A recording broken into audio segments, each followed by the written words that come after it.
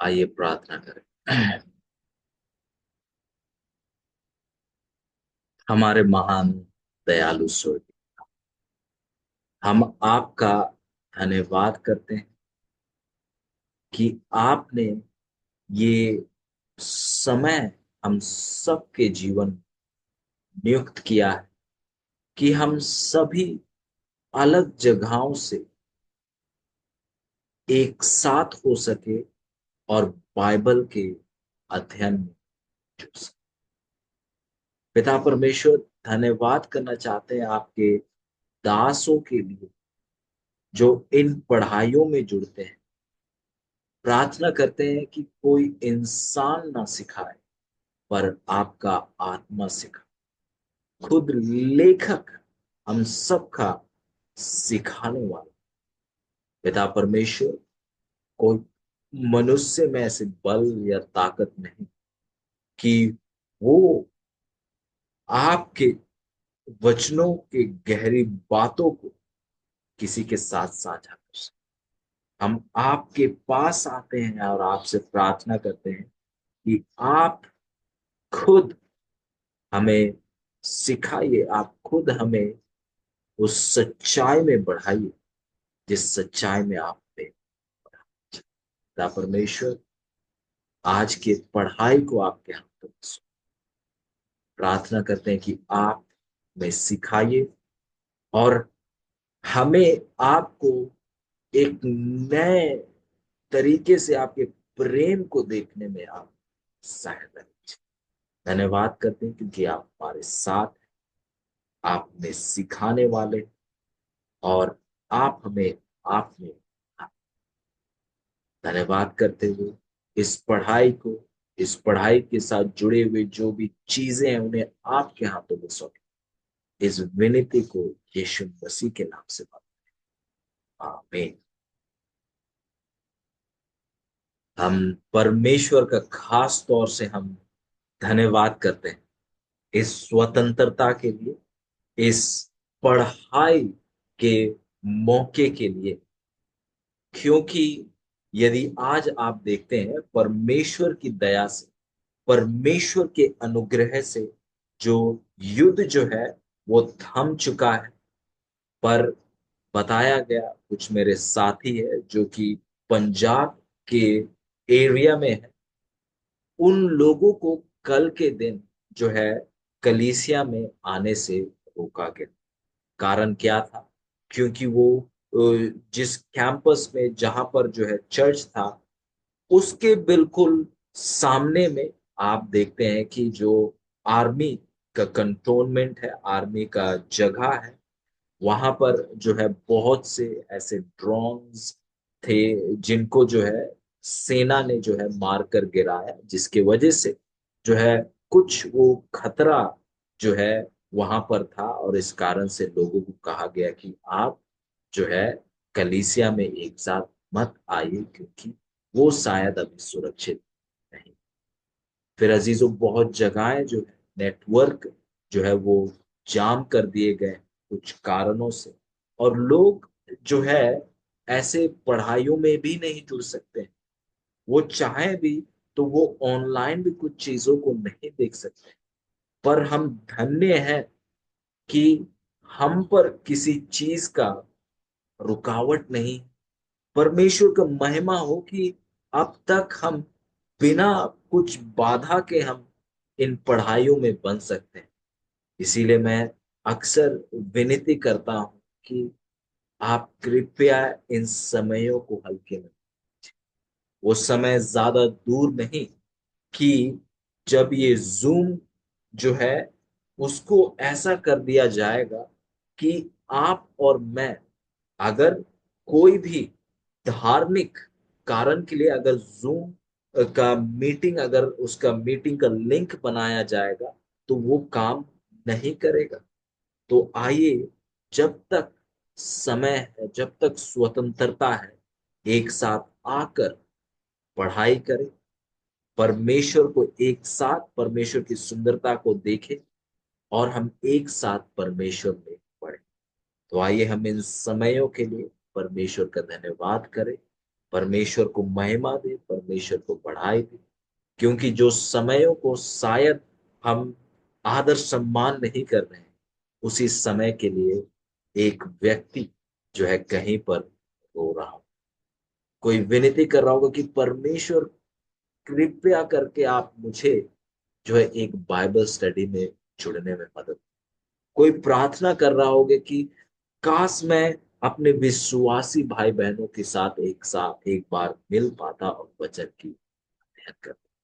तो आइए हम परमेश्वर का धन्यवाद करना ना भूले, और हमेशा हम धन्यवाद करते रहें।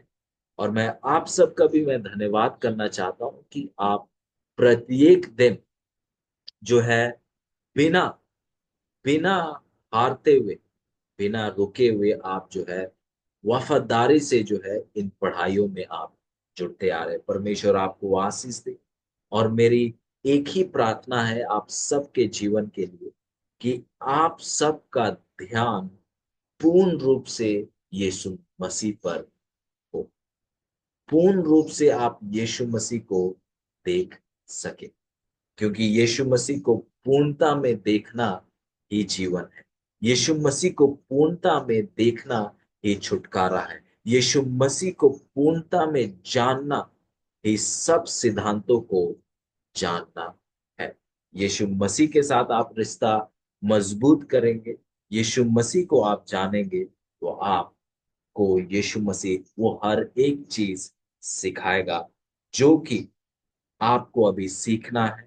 या इसके साथ कह सकते हैं कि आपको उन चीजों को इतनी गहराई में, जो सीखी हुई चीजें उनको इतनी गहराई में आपको सिखाएंगे, दिखाएंगे कि आप हैरान हो जाए। तो फिर हम इन बातों के साथ आइए हम अपने पढ़ाई में हम आगे बढ़ते हैं। तो हम पढ़ रहे थे कि किस प्रकार जो हमारा उद्धार का योजना है, वो एक उत्तम योजना परमेश्वर का था।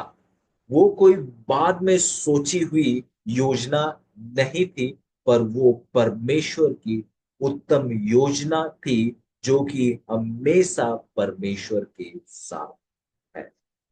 और जैसे हम पढ़ रहे थे, हम देख रहे थे कि किस प्रकार से जब आदम और हवा ने पाप किया, हम देख रहे थे कि किस प्रकार से जब आदम और हवा ने उस वृक्ष का फल को खाया, तो वो दोनों, जैसे परमेश्वर ने कहा उत्पत्ति उसका 2 का 16 और 17 में, कि यदि आप इस वृक्ष जो कि भले और बुरे का ज्ञान देता है, यदि आप इस वृक्ष से खाएंगे तो आप अवश्य मरेंगे।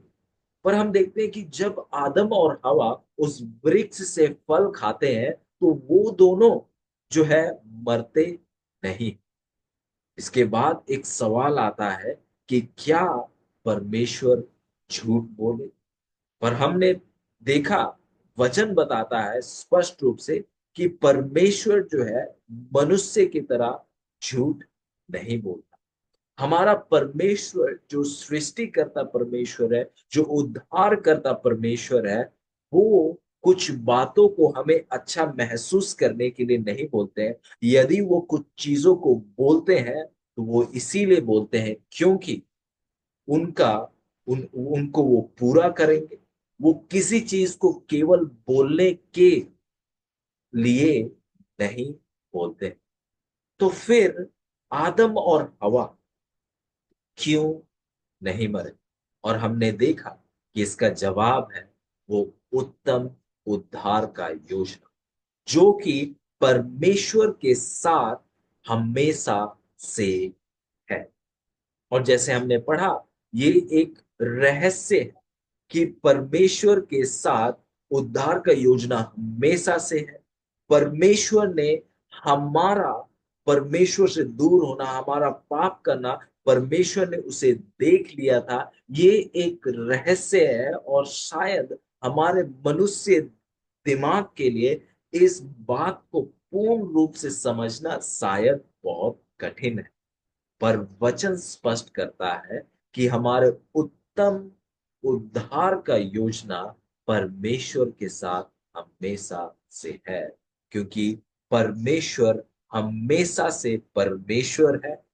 और यदि परमेश्वर हमेशा से परमेश्वर है, तो परमेश्वर हमेशा से जानते थे कि मनुष्यता जो है पाप में गिरेगी, क्योंकि परमेश्वर जो है, जैसे हमने पढ़ा ईसाया नबी की पुस्तक में, उसका पुस्तक में हम देखते हैं कि अ, वचन इस प्रकार लिखता है 47 का 4 में कि परमेश्वर हमारे उद्धार करता है। और इसके बाद हमने देखा, इससे पहले ईसाया नबी उसका 46 का 10 में वचन हमें बताता है कि वो शुरुआत से ही अंत को देख लेते हैं। ऐसा नहीं है कि परमेश्वर जो है कुछ पल तक जो है चीजों को हमेशा नहीं देख सकते थे, पर परमेश्वर हमेशा चीजों को शुरुआत से अंत तक देख सकते थे। मतलब ये जो हमारा उद्धार का योजना है, वो परमेश्वर के साथ हमेशा से था, जैसे हमेशा से परमेश्वर ने हमारे पाप में गिरना को देख लिया था। और दोबारा से कहूंगा कि शायद ये दिमाग में उस विचार को पूर्ण रूप से जो समझना वो बड़ा कठिन लग रहा होगा, पर ये सच्चाई है। और वचन के अनुसार, बिल्कुल वचन के अनुसार है, वचन के विपरीत नहीं है। परमेश्वर हमेशा से है, और यदि परमेश्वर हमेशा से है, तो परमेश्वर हमेशा से सर्वज्ञानी है। वो पहले से ही चीजों के होने से पहले वो देख सकते हैं। मतलब हमेशा से हमारे उद्धार का योजना उन्होंने और उनके पास था, उनके पास था। और कारण एक ही है कि परमेश्वर ने हमारे लिए उद्धार का योजना बनाया, और वो कारण है प्रेम। आपके लिए और मेरे लिए प्रेम। और हम एक पुस्तक है जो कि युगो युगों की आशा, अंग्रेजी में जिसे द डिजायर ऑफ एजेस कहते हैं, वहां से हम पढ़ रहे थे कि वहां इस प्रकार कहता है कि परमेश्वर ने जो है नहीं चाहा कि पाप आए।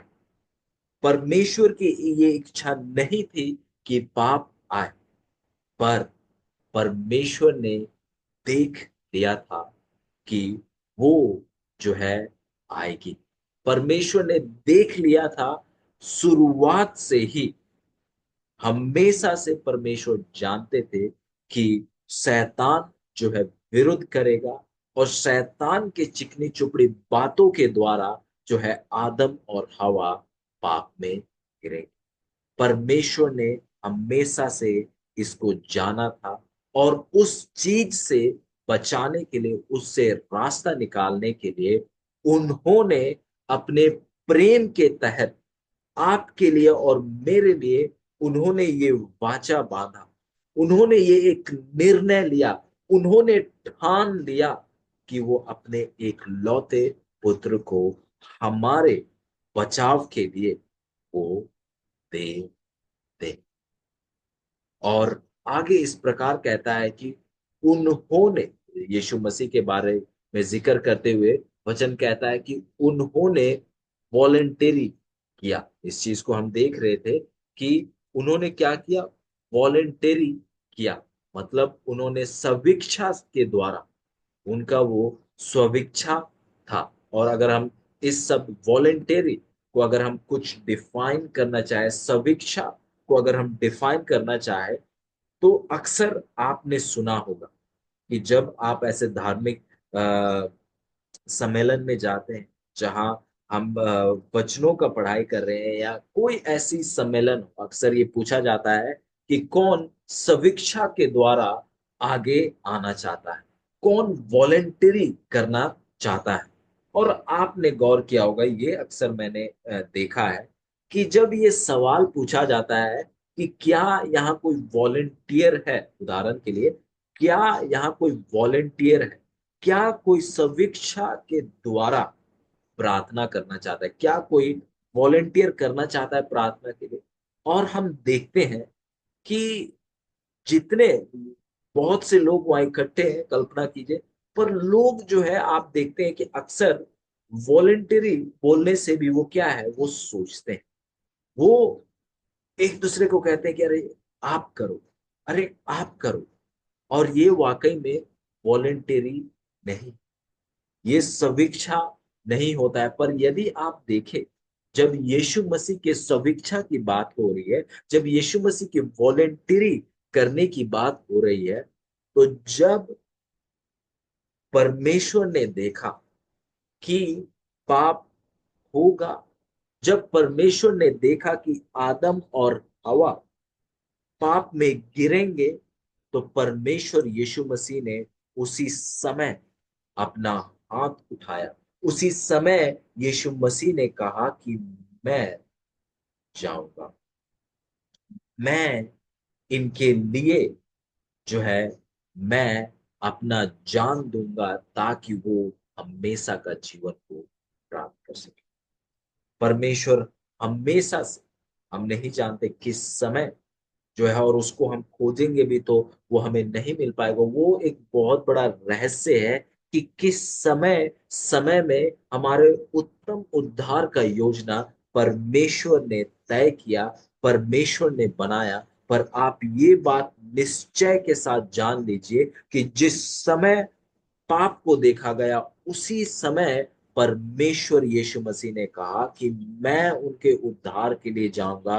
उन्होंने एक पल का भी देरी नहीं किया, उन्होंने तुरंत जो है कहा कि मैं जाऊंगा, मैं जाऊंगा, मैं जाऊंगा उनके लिए। उन्होंने उस अंधकार में गोता लगाने का चुनाव किया।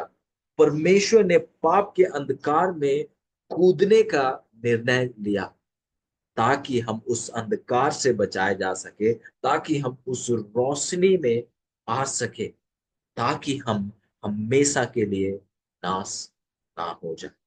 यीशु मसीह ने अपने पिता का साथ छोड़ते हुए, यीशु मसीह ने पवित्र आत्मा के साथ छोड़ते हुए, उन्होंने स्वर्ग का महिमा को छोड़ते हुए, स्वर्गदूतों की उपासना को छोड़ते हुए, उन्होंने ब्रह्मांड का देखभाल छोड़ते हुए, उन्होंने उस सिंहासन से अपने कदमों को नीचे उतारा, और वो इस पृथ्वी में जो पाप के कारण घोर अंधकार में था, वो आए ताकि हम और आप जो है जीवन को पा सके, ताकि हम बचाए जा सके।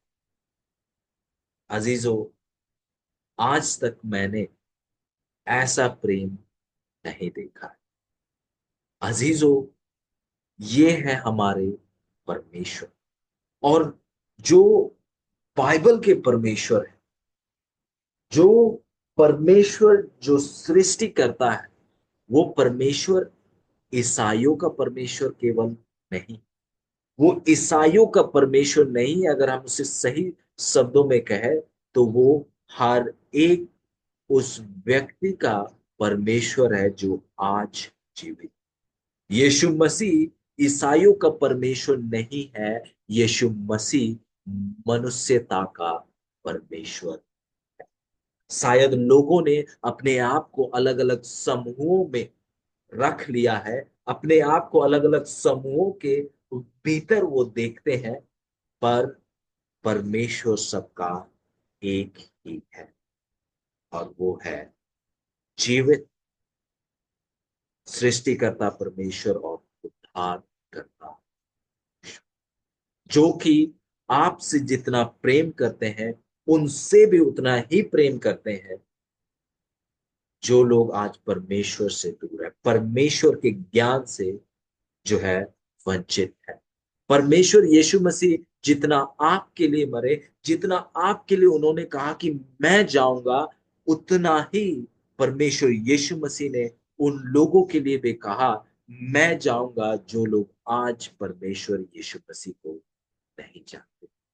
परमेश्वर पक्षपात नहीं करते, परमेश्वर किसी को कुछ खास प्रेम नहीं करते, पर परमेश्वर हर एक को एक समान प्रेम करते हैं, और ये परमेश्वर का चरित्र है। ये परमेश्वर का चरित्र है। फिर इसके साथ हम देख रहे थे, सबसे पहला सुसमाचार जो प्रचार किया गया, सबसे पहला उस अभिलेखन को हम देख रहे थे, जहां पर यीशु मसीह के विषय में हम सुनते हैं और देखते हैं, और वो हमें कहाँ मिलता है? उत्पत्ति उसका 3 का 15। यहां वचन इस प्रकार लिखता है, और मैं चाहूंगा कि आप कृपया करके अपने बाइबलों को मेरे साथ खोलिएगा। उत्पत्ति उसका 3 का 15, जिसको हमने जो है पिछले पढ़ाई में देखा था, और उसमें और भी कुछ गहरी बातों को जो है हमें देखने को है। उत्पत्ति 3 का 15 यहाँ इस प्रकार कहता है कि और मैं तेरे और इस स्त्री के बीच में और तेरे वंश और उसके वंश के बीच में बैर उत्पन्न करूंगा। वह तेरे सिर को कुचल डालेगा और तू उसकी एड़ी को डसेगा। और हम इस आयत को देख रहे थे कि इस आयत को दो तरीके से हम समझ सकते हैं। एक सामान्य तौर से, जो कि हम इस जीवन में हम देखते हैं, अक्सर अनुभव करते हैं हमारे आम जीवन में। और एक है आत्मिक तौर से। और हम देख रहे थे पिछले पढ़ाई में कि किस तरीके से जो है ये सामान्य तौर से हम अपने समाज में इस आयत को होता हुआ हम देख सकते हैं। इस आयत की सच्चाई को हम देख सकते हैं। उदाहरण के लिए हम देखते हैं कि जब भी कोई सांप अगर मिलता है या देखा जाता है या उसको मारा जाता है, आपने देखा है कि उसका सर जो है कुचला जाता है। क्या कभी आपने जानने की कोशिश की कि ऐसा क्यों? पर यदि आप जानने की कोशिश कर रहे थे या आप उसका जवाब चाहते हैं, तो उसका जवाब है उत्पत्ति 3 का 15। ये हम देख रहे हैं सामान्य तौर से, जो हम अपने समाज में अपने इर्द गिर्द देखते हैं कि जब भी सांप को मारा जाता है, उसका सर कुचला जाता है। हर एक इंसान अक्सर यही करता है। और इसका जवाब ऐसा क्यों है, वो है उत्पत्ति 3 का 15। और शायद ये ज्ञान उतना जरूरी नहीं है, पर कुछ हम जो है इस वचन का सच्चाई को, जो कि हम अपने सामने देख सकते हैं, उसको बस हम देखना चाह रहे थे, किस प्रकार से वचन का सच्चाई जो है पूरे मनुष्यता में लागू होता है, और इसी चीज को हर एक इंसान करता आ रहा है। इसके साथ साथ हम पढ़ रहे थे ईसाया नबी उसका 65 का 25। और ईसाया नबी उसका 65 का 25 में हम एक बात को हमने गौर किया। हमने देखा कि परमेश्वर जैसे कहते हैं, एक यूहन्ना उसका 1 का 9 में।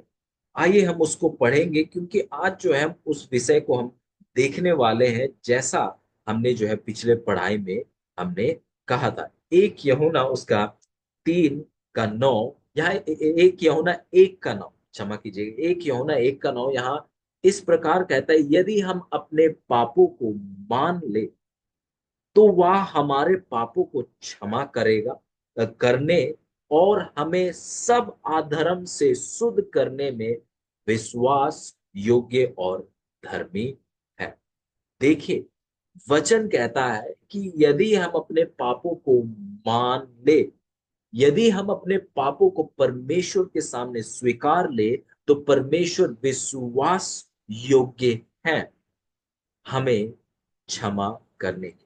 और वो हर एक अधर्म से, अशुद्ध चीजों से वो हमें क्या करेंगे?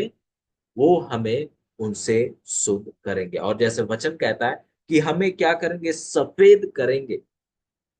जो क्या है, बर्फ का जो सफेदी है, कहता है कि उससे भी ज्यादा जो है मैं आपको क्या करूंगा? सफेद करूंगा। मतलब आपको जो है पवित्र बनाऊंगा, जैसे मैं पवित्र। तो हम देख रहे थे एक साथ कि हाँ, परमेश्वर हमें पाप की क्षमा तो देते हैं, पर उस पाप का नतीजा जो है हमें भुगतान करना पड़ता है। हमें पाप का क्षमा तो मिलता है क्योंकि परमेश्वर वफादार परमेश्वर है। परमेश्वर के दिल को एक बात जो सुख और चैन और खुशी देता है, वो क्या है आपको पता है? जब आप अपने पापों का क्षमा मांगते, जब आप अपने टूटे हुए दिल के साथ, आप एक मन फिराव दिल के पास साथ जब यीशु मसीह के सामने आते हैं और प्रार्थना करते हैं और कहते हैं, परमेश्वर यीशु मसीह को अपने पाप को नाम लेकर जब उसके परमेश्वर के सामने कहते हैं और मानते हैं, तो परमेश्वर के दिल को एक खुशी मिलती है। अजीजों, आप परमेश्वर के दिल को खुशी पहुंचा सकते हैं, क्या आप जानते हैं? हाँ, जब भी आप पाप का क्षमा, जब भी आप उनके करीब आते हैं, तो उनके दिल को खुशी। हम देखते हैं कि हमें पाप का क्षमा मिलता है, पर उसका नतीजा जो है हमें भुगतना पड़ता है। और कुछ सरल उदाहरण इस विचार को समझने के। उदाहरण के, आप सोचिए कि मैं धूम्रपान करता था। मैं धूम्रपान का आदी था। दिन रात जो है उठते बैठते सोते जो है मैं धूम्रपान करता था। और फिर उस धूम्रपान के कारण जो है मेरा सेहत क्या हो गया? बहुत खराब हो गया। फिर इस दौर में आप कल्पना कीजिए कि इस दौर में जो है मेरा जो मुलाकात है किसी एडवेंटिस्ट भाई या बहन के साथ होता है, और वो मुझे बताते हैं मेरे स्थिति को देखते हुए कि मैं किस प्रकार इस नशे के कारण अपने आप पर हानि पहुंचा चुका हूं, किस कारण मैं परमेश्वर से दूर हूं। परमेश्वर के प्रेम के बारे में मुझे बताते हैं, परमेश्वर क्या मेरे जीवन के लिए योजनाएं बनाए उसको बताते हैं। और जब मैं सुनता हूं तो मेरा मन प्रभावित हो जाता है। मेरा मन यीशु मसीह को जानने की इच्छा करता है और यीशु मसीह पर भी विश्वास करने। और परमेश्वर की ताकत से अब मैं धूम्रपान छोड़ दिया और अब मैं यीशु मसीह का उपासना करने वाला व्यक्ति हो गया हूं। मैं जो है विश्राम दिन को, हफ्ता का 7वां दिन जो है मैं कलीसिया भी जाकर उपासना करता हूं। अब मैं परमेश्वर की दया से अब मैं प्रचार भी करने लगा हूं। ये क्या है? परमेश्वर ने मेरे जीवन में किया है। परमेश्वर ने मुझे माफ किया है मेरे उस अंधकार भरे जीवन के लिए, परमेश्वर से दूर रहने के लिए। और अब मेरा जीवन क्या हो गया? नया हो गया, क्योंकि मैं यीशु ख्रिस्त में आया। अब मैं नया सृष्टि बन गया। पर अब धीरे धीरे जो है मैं अपने शरीर की कमजोरी को मैं देख पा रहा हूं। अब धीरे धीरे महसूस कर रहा हूं कि मुझे जो है तकलीफ हो रही है। तकलीफ क्यों? क्योंकि मेरा जो अंदरूनी जो कोशिकाएं हैं, अंदरूनी जो चीजें हैं शरीर की, वो क्या हो चुकी है? इतनी ज्यादा, इतनी ज्यादा मेरे धूम्रपान के कारण जो शरीर के जो अंग हैं वो क्या हो चुके हैं? उनको हानि पहुंची।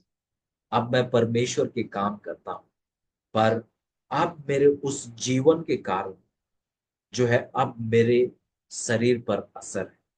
सांस लेने में तक, अगर थोड़ा दूर चलता हूं मेरा सांस फूलने लगता है।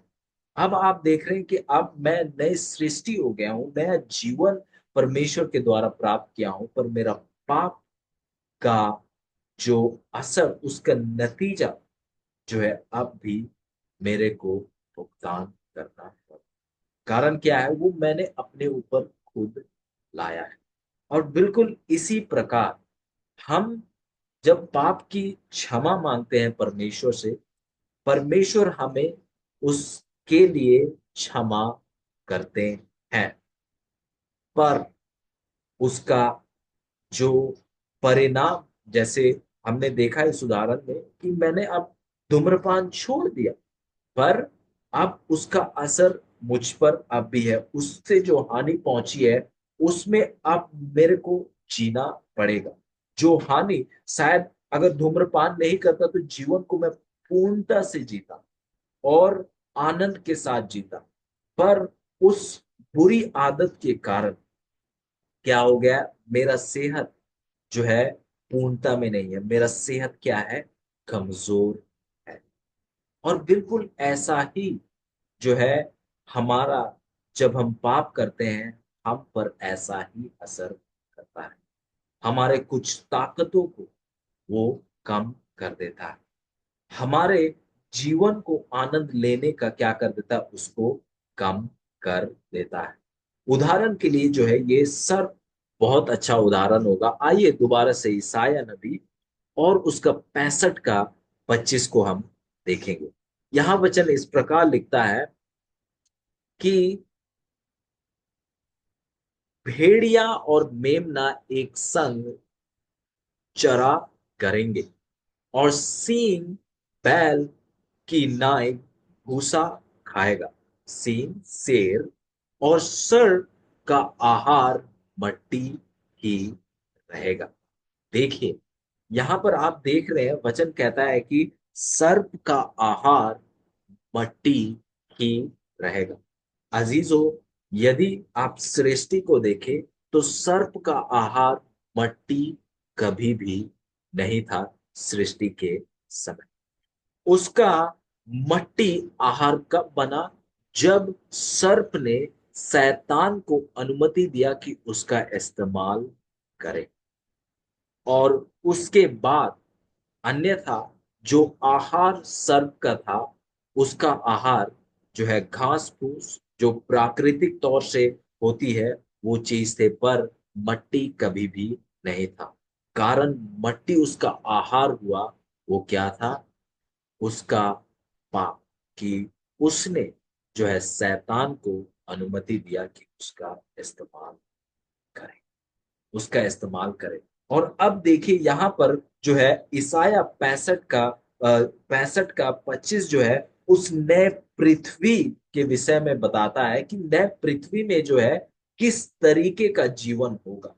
और उस चीज को वर्णन करते हुए जो है ईसाया नबी बताता है कि देखो, जो जो भेड़िया है और मेमना है, जो शायद आज के समय में एक दूसरे के दुश्मन है, एक दूसरे, मेमना भेड़िया से डरता है, बताता है वो दोनों एक साथ मिलजुल कर रहे हैं। शेर जो है घास खाएगा, पर यहाँ कहता है कि सर्प जो है मट्टी ही खाएगा। देखिए, पाप किस तरीके से हमारे जीवन के आनंद को, उस पूर्णता में पूर्णता में आनंद लेने से हमें किस तरीके से क्या कर देता है, रोक देता है। मेरे अजीजों, पाप जो है हमारे साथ भी ऐसा ही करता है।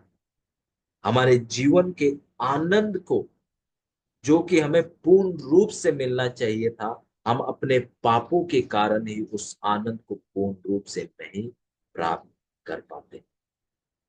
और आइए इस चीज को, जैसे हमने कहा था कि अब जो है इस चीज को हम एक साथ देखना चाहेंगे, पढ़ना चाहेंगे। आप देखते हैं कि ये किताब है जिसका नाम है दिस डे विथ गॉड, इस दिन परमेश्वर के साथ। ये जो है सुबह पढ़ी जाने वाली किताब है, और इस पे यहाँ इस प्रकार लिखता है, जिस विषय में हम पढ़ रहे हैं, कि हम देख रहे हैं कि पाप का नतीजा, पाप का असर, पाप के कारण जो हमारे ऊपर आना है, उस चीज से हम नहीं बच सकते हैं। आप दाऊद का उदाहरण ले लीजिए। जब दाऊद ने पाप किया, जब दाऊद ने पाप किया और जब दाऊद ने पाप का क्षमा मांगा, परमेश्वर ने उसे क्षमा किया। परमेश्वर ने उससे जो है अपना आत्मा नहीं लिया, जैसे जो है दाऊद ने भजन संहिता 51 में परमेश्वर से प्रार्थना कर रहे हैं। पर हम देखते हैं कि पाप के कारण उसके पाप के कारण जो है, दाऊद को ये अनुमति नहीं दिया गया कि वो परमेश्वर का, क्योंकि परमेश्वर का पवित्र मंदिर को बनाने का अनुमति नहीं दिया। उसके पाप के कारण उसने जो है अपने बच्चे को भी खो दिया। उसने प्रार्थनाएं की, वो परमेश्वर के सामने गिड़गिड़ाया, पर उसका भुगतान उसको क्या करना पड़ा? उसको करना। अजीजों, पाप के साथ खिलवाड़ करना खतरे से खाली नहीं। पाप खौफनाक, दर्दनाक और बहुत निर्दयी है। अजीजों, पाप से आप दूरी बनाए रखें। यहां पर इस प्रकार कहता है कि हर एक पाप, हर एक अधर्म काम, हर एक परमेश्वर का व्यवस्था का उल्लंघन करना है।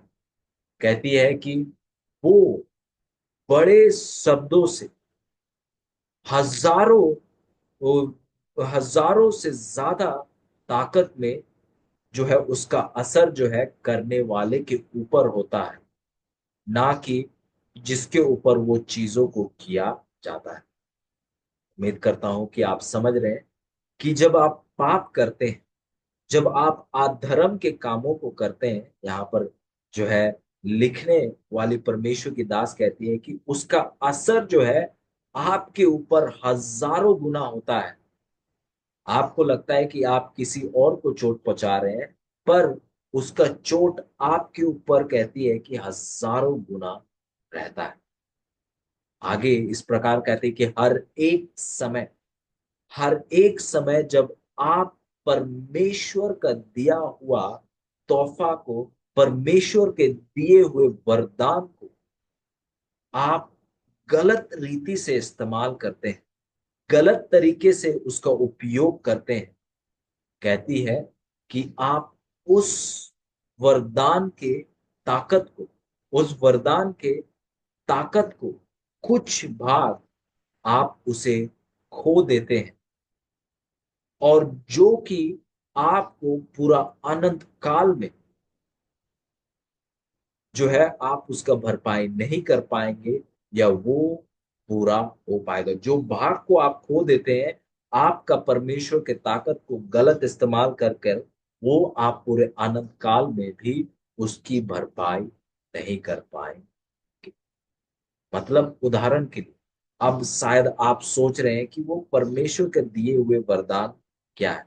सरल शब्दों में, क्योंकि शायद हम बड़े बड़े जब ये बात सुनते हैं तो बड़े बड़े चीजें सोचते हैं। उदाहरण के लिए, वरदान, आपका एक वरदान है लोगों के ऊपर प्रभाव डाल, मतलब लोगों के ऊपर आपका एक अच्छा यीशु मसीह का प्रभाव डाल। आपका एक एक कहेंगे कि आपका चरित्र जो है वो भी परमेश्वर का वरदान है। पर अब जब आप एक ऐसा करते हैं कि आप उस वरदान का गलत उपयोग करते हैं, मतलब आप कुछ ऐसा बोल देते हैं, बोल पाना भी एक बड़ा वरदान है। पर जब आप उस वरदान का, जैसे वचन कहता है कि जब भी हम अपने मुंह को खोले तो लोगों के लिए उनके मन को ऊंचा उठाने का कारण बने, उनके मन को ठेस पहुंचने का कारण नहीं, पर उनको एक नया ताकत, उनको उनको आशा और भरोसा देने के लिए हमारे जो है सब निकलने चाहिए। पर जब भी हम ऐसे शब्दों को बोलते हैं जो कि किसी के दिल को चोट पहुंचाता है, तो हम उस वरदान का ताकत को खो देते हैं। हम अपना जो प्रभाव का ताकत को हम खो देते हैं, जिसको हम पूरे आनंद काल में भी, जिसको हम दोबारा से प्राप्त नहीं कर पाते। आप जो है अपने ऊपर ऐसा प्रभाव, गलत प्रभाव डालते हैं कि जो व्यक्ति को आपने बुरी बात बोला था, भले आप सालों साल बाद आए परमेश्वर को भय मानने वाले व्यक्ति क्यों ना बन जाए, आप उस व्यक्ति के नजर में जो है हमेशा बुरे रहेंगे, उस वजह से पिछले अनुभव की वजह से। और आप, उम्मीद करता हूं ये बात को आप देख पा रहे हैं कि किस प्रकार से हम अपने ताकत को हमेशा के लिए होते हैं। और शायद ये हमारे विषय से थोड़ा बाहर जा रहा है, क्योंकि हम उस सुसमाचार के रहस्य को हम पढ़ रहे हैं। पर इस चीज को भी समझना बहुत ज्यादा जरूरी है कि हमारा जो कुछ, आप हमारा शायद कहने के लिए कुछ, शायद ये तो छोटी सी बात है, उसका असर देखिए कैसे अनंत काल तक जो है सुनाई देता है।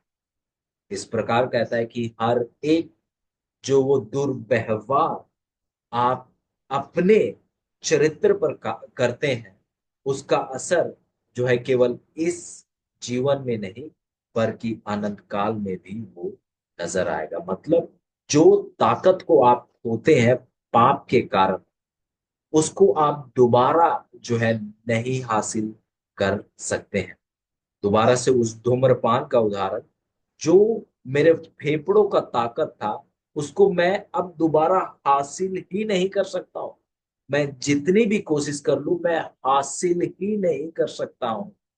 इसी प्रकार से जब भी हम परमेश्वर के दिए हुए ताकतों का दुरुपयोग करते हैं, तो हम कुछ जो है हम होते हैं जिसको हम अनंत काल के लिए भी उसका भरपाई नहीं कर सकते।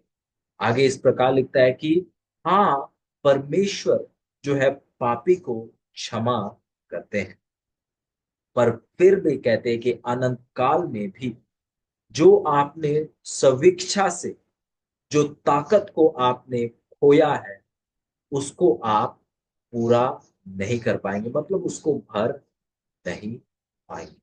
जिस ताकत को आपने अपने इच्छा के अनुसार खोया है, उसको आप दोबारा से हासिल नहीं कर।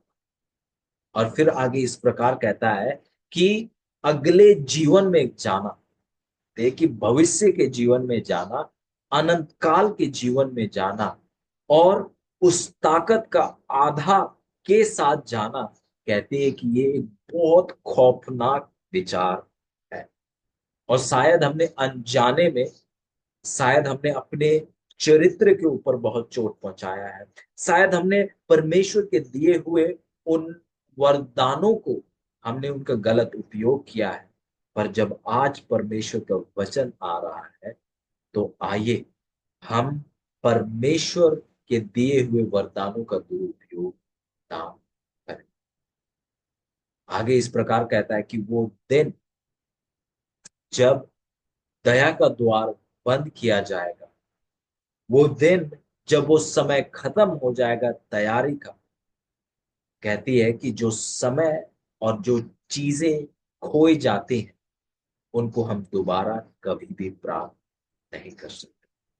आगे इस प्रकार कहता है कि जो जो चीज जिस स्तर पर हम अनुभव कर सकते, कहता है आगे कि हमारा समता, हमारा जो है समता, चीजों का आनंद लेने का उस भविष्य के जीवन में, वो जो है कई हद तक क्या हो जाता है, वो कम हो जाता है। और उसका कारण क्या है?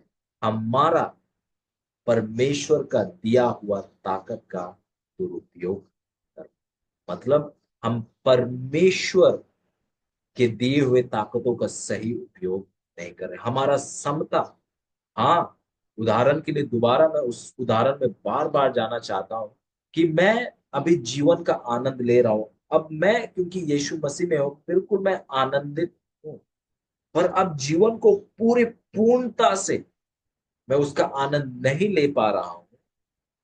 तो उसका कारण क्या है? मैं खुद, क्योंकि मैंने जो है एक पाप का कार्य किया। मैंने क्या किया?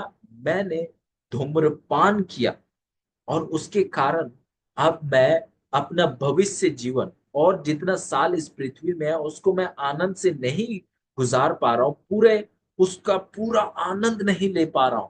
कारण क्या है? जो ताकत था मेरा, उसका मैंने गलत उपयोग किया है। आगे इस प्रकार लिखता है, चाहे कितना भी उस भविष्य के जीवन में हमारा स्तर हो, हमारा जगह हो, कहती है कि हम उस जगह से भी कई और ऊपर जगह हमारा होता, अगर हमने अपने ताकतों का हमें, अगर हमने परमेश्वर के दिए समताओं का सही उपयोग किया। आगे इस प्रकार कहता है कि परमेश्वर ने हमें जो है एक बहुमूल्य समय दिया है, इस दया के समय में कि हम अपने परमेश्वर के दिए हुए ताकतों का सही इस्तेमाल करें और उनको और बेहतर बनाएं। हम एक तो परमेश्वर के चेले हो सकते हैं, एक तो हम परमेश्वर के साथ हो सकते हैं, या हम परमेश्वर के विरोध में हो सकते हैं। एक तो हम अपने जो परमेश्वर के दिए हुए वरदानों को परमेश्वर के लिए इस्तेमाल कर सकते हैं, या हम परमेश्वर के विरुद्ध में इस्तेमाल कर सकते हैं। पर जब भी हम परमेश्वर के विरुद्ध में इस्तेमाल करेंगे, उसका असर जो है अनंत काल में भी हम उसका असर को हम देख पाएंगे। अजीजों, आगे यहां इस प्रकार लिखता है कि इस चीज को देखते हुए, इस चीज को देखते हुए जो है लेखक कहती है कि आप अपने चरित्र को क्या कीजिए, आप इस चरित्र को दुनिया के आधार पर मत बनाइए, पर आप परमेश्वर के आधार पर बनाइए। आप अपने चरित्र को दुनिया के मकाम पर मत बनाइए, पर आप परमेश्वर के मकाम पर बनाइए। आप अपने चरित्र को इस जीवन के लिए मत बनाइए, पर आप अपने चरित्र को उस अनंत काल के लिए। अजीजों, आप जब भी पाप में जाते हैं, जब भी आप पाप के साथ खिलवाड़ करते हैं, आप जब भी पाप के साथ नाच करते हैं, आप अपने ऊपर एक ऐसा गहरा चोट ला रहे हैं जिसको आप अनंत काल में भी ठीक नहीं कर पाए। आपको पाप की माफी मिलेगी, पर उस पाप की वजह से जो चीज, जो पहाड़ को आप अपने ऊपर तोड़ेंगे, उस पहाड़ का जो भार है जो आपके ऊपर होगा, उससे आप नहीं बच सकते हैं। और ये वचन का स्पष्ट सच्चाई है। ये वचन में हम स्पष्ट रूप से हम देख सकते हैं। और ये सच्चाई जो है हमने देखा किस प्रकार से ईसाया उसका 65 का 25 हमारे सामने पेश। अजीजों, पाप खतरनाक है, पाप खौफनाक है। आइए हम पाप के साथ जो है खिलवाड़ ना करें। परमेश्वर हमेशा से आपके पीछे और मेरे पीछे, क्योंकि वो हमें जो है बहुतायत का जीवन देना चाहता है। वो आपको और मुझे बार बार कह रहे हैं कि आप इन चीजों से दूर रहे, आप इन चीजों से भागिए, क्योंकि वो आपसे प्रेम करते हैं और वो जानते हैं कि जो चीजों से वो आपको रोक रहे हैं वो केवल आपके लायक है। अजीजों, पाप ने बहुत ज्यादा जो है चोट इस पृथ्वी को पहुंचाया है। अजीजों, आज पाप के कारण बहुत से लोग यीशु मसीह को देख नहीं पा रहे हैं, पहचान नहीं पा रहे। अजीजों, इन पढ़ाइयों का मकसद एक ही है कि आप जो है यीशु मसीह को सही नजरिए में देख सकें। यीशु मसीह आपके विरुद्ध में नहीं है, यीशु मसीह किसी के विरुद्ध में नहीं है, पर यीशु मसीह हम सबके। यीशु मसीह यदि हमें कुछ कह रहे हैं करने को, वो इसीलिए क्योंकि वो हमारे बेहतरी के लिए, वो हमारे भलाई के लिए। यदि यीशु मसीह हमें किसी चीज से रोक रहे हैं, तो हमारे बेहतरी के लिए है, भलाई के लिए। आइए हम उन चीजों को परखने की कोशिश ना करें, क्योंकि उस परखने के दौरान हम अपने ऊपर ऐसा मुसीबत को ला देंगे जिसको हम पूरे अनंत काल में भी भरपाई।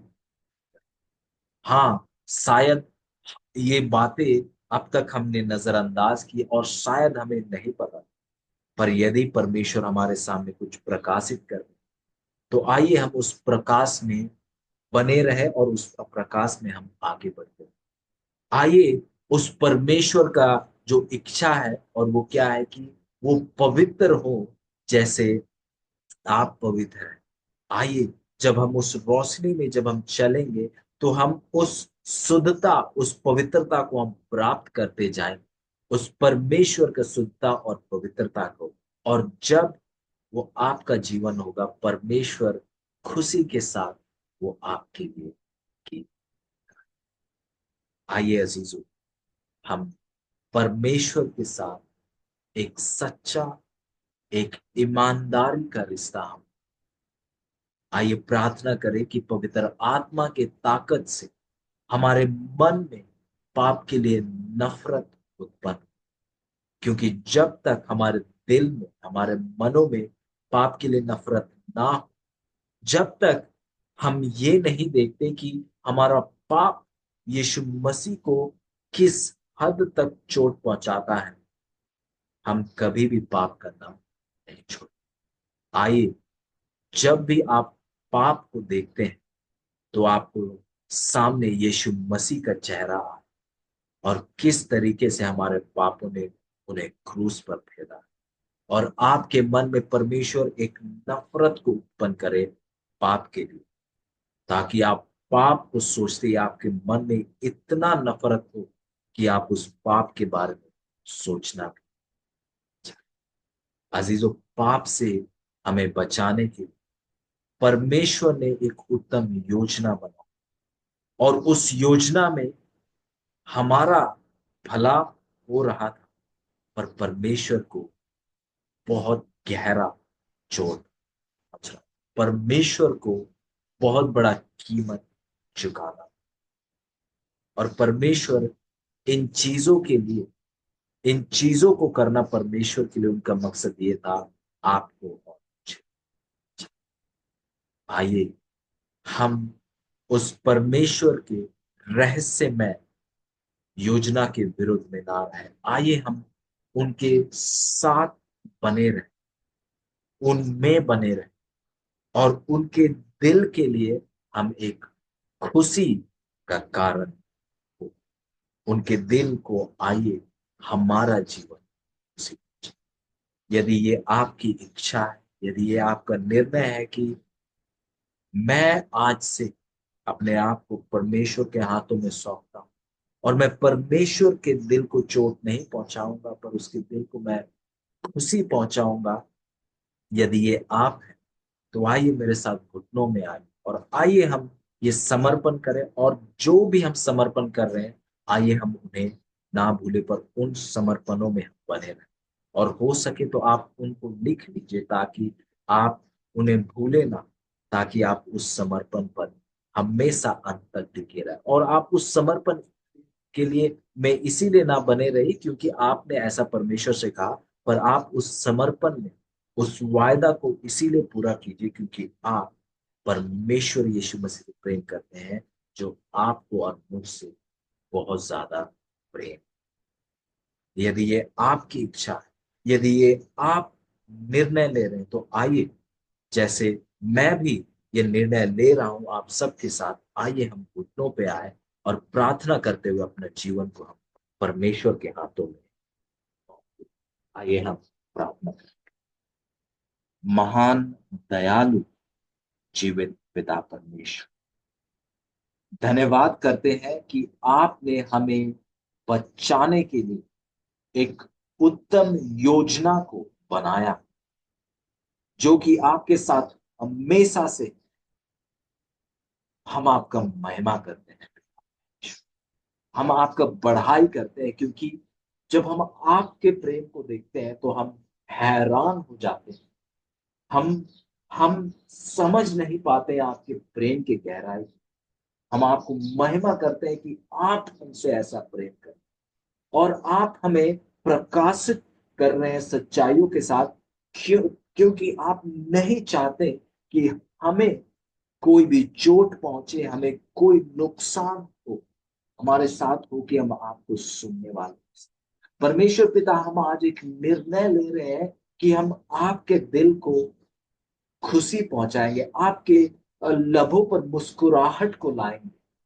हम इस चीज को अपने ताकत पर नहीं हासिल कर सकते। हम पवित्र आत्मा का भेंट के लिए प्रार्थना करते हैं कि पवित्र आत्मा हमारे दिल में पाप के लिए नफरत को उत्पन्न करे और आपके लिए प्रेम को उत्पन्न करे, ताकि हमारे जीवन का एक ही मकसद हो, आपके लिए जीना, आपके लिए मरना।